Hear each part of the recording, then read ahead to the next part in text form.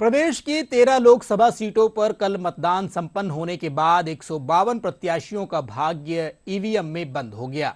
मतदान समाप्ति के बाद सभी मतदान केंद्रों से ईवीएम को कड़ी सुरक्षा के बीच जिला मुख्यालयों पर बने संग्रहण केंद्रों पर जमा करवाया गया। ईवीएम संग्रहण का काम देर रात तक जारी रहा। सभी ईवीएम को त्रिस्तरीय सुरक्षा व्यवस्था के बीच रखा गया है। अब 4 जून को राज्य की 25 लोकसभा सीटों के लिए मतगणना की जाएगी। ईवीएम संग्रहण पर और ज्यादा जानकारी देने के लिए हमारे साथ टोंक से जुड़ चुके हैं हमारे संवाददाता रवि मोहन टेलर। रवि, सबसे पहले तो आप ये बताएं कि ये जो ईवीएम है उनको जो त्रिस्तरीय सुरक्षा व्यवस्था में रखा गया है, ये त्रिस्तरीय सुरक्षा घेरा है क्या, इसके बारे में बताएं।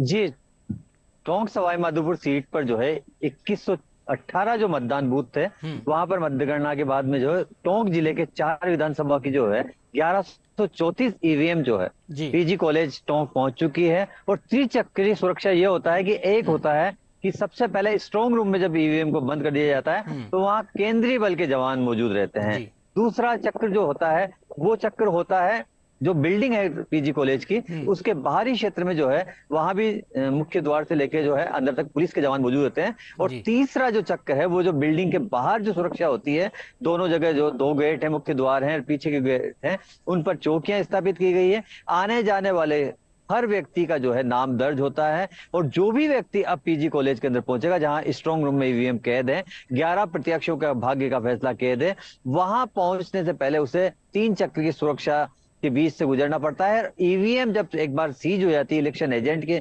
मौजूदगी में या प्रत्याशी की मौजूदगी में, उसके बाद में उस जगह तक केंद्रीय सुरक्षा बल के जवान जो है 8-8 घंटे की ड्यूटी जो है लगातार, 3 जो है समय सीमा होती है उनकी 8-8 घंटे की टीमें, तो वो लगातार 24 घंटे जो है उस निगरानी में।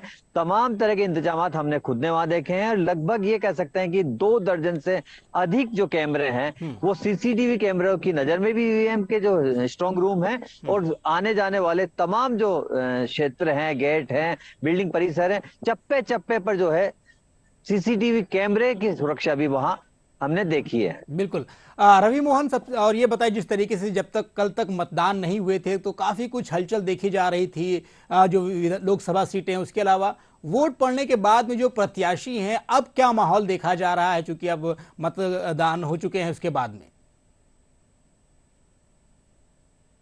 जी, मतगणना का सबको इंतजार है। मतदान संपन्न हुआ है। टोंक में जो है इस बार कहीं ना कहीं लगभग 6.5% जो है 2019 के मुकाबले कम मतदान हुआ है। और मतदान की अगर हम बात की जाए तो 56.44% मतदान का होना जो है कहीं ना कहीं ये बात आता है कि कोई कमी रही है। किसके प्रति नाराजगी है, किसके प्रति खुशी है, ये तो अलग बात है। इसका भाग्य का फैसला तो 4 जून को होगा। लेकिन कहा जा सकता है कि जिस तरह जो है कल शादियों का सीजन था, मौसम भी बिगड़ा, बीच में सवाई माधोपुर में मौसम बिगड़ा, शाम को दिन में टोंक में बिगड़ा, लेकिन शांतिपूर्वक मतदान का संपन्न होना वो अपने आप में संकेत है। हमने आज प्रत्याशियों की दिनचर्या की बात की, जब सुबह हुई तो दोनों प्रत्याशी अपने अपने जो खास जो लोग हैं, राजनीतिक कार्यकर्ता हैं, उनसे फीडबैक लेते नजर आए। सुखबीर सिंह जोनापुरी अपने निवास पर मौजूद थे, तो हरीश चंद मीणा जो है एक होटल में रुके थे, तो वहां दोनों प्रत्याशियों को हमने देखा है कि वो टेलीफोन पर एक दूसरे से जो है जानकारी ले रहे हैं, कहाँ कहाँ कौन से बूथ पर किस तरह का जो है मतदान हुआ। क्योंकि स्टैटिस्टिक्स डिपार्टमेंट जो है वो पूरी जो सूची है वो आज दोपहर तक जारी करेगा कि कौन से बूथ पर किस तरह मतदान हुआ है, कितना प्रतिशत मतदान हुआ है, क्या डिफरेंस रहा है। वोटर टर्नआउट रिपोर्ट जो है वो आज अभी कुछ देर बाद मिल जाएगी सभी को। लेकिन ये कहा जा सकता है कि जो मतदान का प्रतिशत है टोंक विधानसभा में, जहां से सचिन पायलट विधायक हैं, टोंक जिले की 8 विधानसभा सीटों में सबसे ज्यादा मतदान टोंक पे हुआ है। और सबसे कम मतदान जो है टोंक ही की निवाई सीट पर हुआ है, जहां पर 52% कुछ मतदान हुआ है। लेकिन ओवरऑल अगर हम बात करें टोंक लोकसभा क्षेत्र की जो 8 विधानसभा है, तो 56.44% मतदान जो है टेंटेटिव आइडिया जो है वो लगा है। एक कुछ परसेंट में ऊपर नीचे हो सकता है, लेकिन यह कहा जा सकता है कि 19 के मुकाबले लगभग 7% मतदान इस बार कम हुआ है।